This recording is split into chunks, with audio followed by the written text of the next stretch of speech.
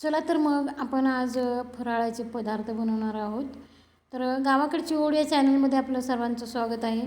एकादशीच्या सर्वांना हार्दिक हार्दिक शुभेच्छा. तर हे बघा, इथं मी आमच्या शेतातला काशीफळ भोपळा आणलेला आहे आणि त्याचं असं कट करून खीस करून घेते. त्याचं वरचं साल पण काढलेलं आहे मी, म्हणजे खिसायला सोपं पडतं.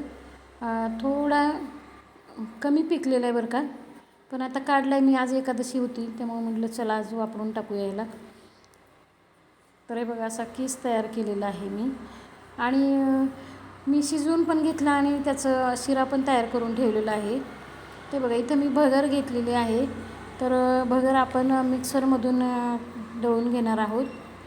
तर भगर कच्चीच घेतलेली आहे, त्याला काही भाजलं वगैरे अजिबात नाही. मिक्सरवर एकदम बारीक दळून घ्यायची आहे. तर आपण काय बनवत असू याचा अंदाज तुम्हाला आलेला आहे. आपण आज धपाटे बनवतो आहे उपवासाचे. आता कुणी थालीपीठ म्हणत असेल, कुणी पण आम्ही धपाटे म्हणतो. तर हे बघा, इथं याच्यामध्ये मी आता भगरीचं पीठ एकदम बारीक दळून घेतलेले मिक्सरवर आणि त्याच्यामध्ये असा किस टाकलेला आहे.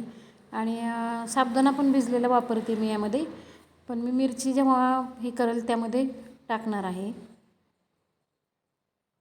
साबुदाणा पण त्याच्यामध्ये. म्हणजे वाटून घेतल्यामुळं काय होईल, मग पीठ मळताना आपल्याला त्रास होणार नाही, चिकटपणा थोडासा येईल याच्यामध्ये. कारण आपल्याला इथं गरम पाणी वगैरे काही वापरता येणार नाही, कारण भोपळ्यामध्ये भरपूर पाणी असतं अगोदरच. तर हे बघा, इथं झालेलं आहे आपलं चटणी मिरची कुटून. तर मी लाल मिरची वापरली आहे. तुम्ही आवडीनुसार हिरवीसुद्धा मिरची वापरू शकता आणि प्रमाणसुद्धा तुम्ही कमी किंवा जास्त करू शकता, आपल्याला जसं हवं तसं.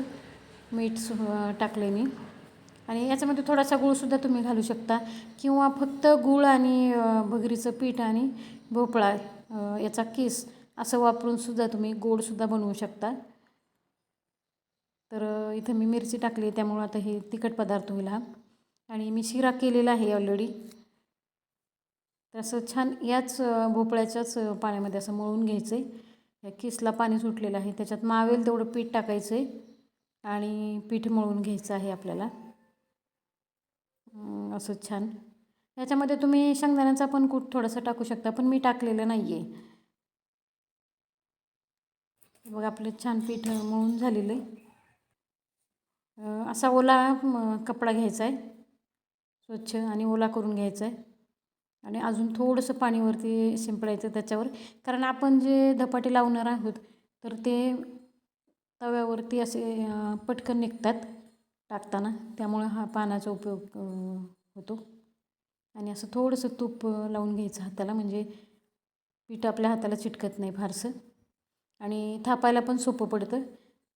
असे छोटे छोटे किंवा मोठेसुद्धा आपल्याला हव्या त्या आकारामध्ये आपण धपाटे थापून घेऊ शकतो. तर आता उपवास असल्यामुळे ह्याच्यामध्ये काय आपल्याला हळद वगैरे काही टाकता येत नाही, त्यामुळे कलर याचा थोडासा पांढरट पिवट आहे. असं मस्त पातळ थापून घ्यायचं. आणि याच्याच आपण पुऱ्यासुद्धा तिखट पुऱ्या करू शकतो आणि तिखट न घालता गूळ घालून गोड पुऱ्यासुद्धा बनवू शकतो आपण. घाऱ्या उपवासाच्या पण बनवू शकतो आणि गव्हाच्या पिठामध्ये सुद्धा आपण भोपळ्याचा किस मिक्स करून गोड पुऱ्या बनवू शकतो. तर अनेक पदार्थ आपल्याला ह्यापासून तयार करता येतात बरं का, आणि खायला पण हे पौष्टिक आहे. हे बघा, सांबरामध्ये पण हा भोपळा वापरतात काही ठिकाणी, तर खूप छान चव येते याची काशीफळ भोपळ्याची. आता आमच्याकडे काशीफळ भोपळा म्हणतायत, तुमच्याकडे काय म्हणतायत ते कमेंटमध्ये नक्की सांगा. आणि कोणाकोणाला असे एकादशीचे म्हणजे फराळाचे पदार्थ आवडतात वेगवेगळे, ते कमेंटमध्ये सांगा. आणि अशाच पारंपरिक रेसिपी जर तुम्हाला पाहिजे असतील तर गावाकडची ओढ या चॅनलला सबस्क्राईब करा, म्हणजे नोटिफिकेशन मिळून प्रत्येक पदार्थांचा व्हिडिओ तुमच्यापर्यंत पोहोचेल आणि तुम्ही त्याचा आस्वाद घेऊ शकाल.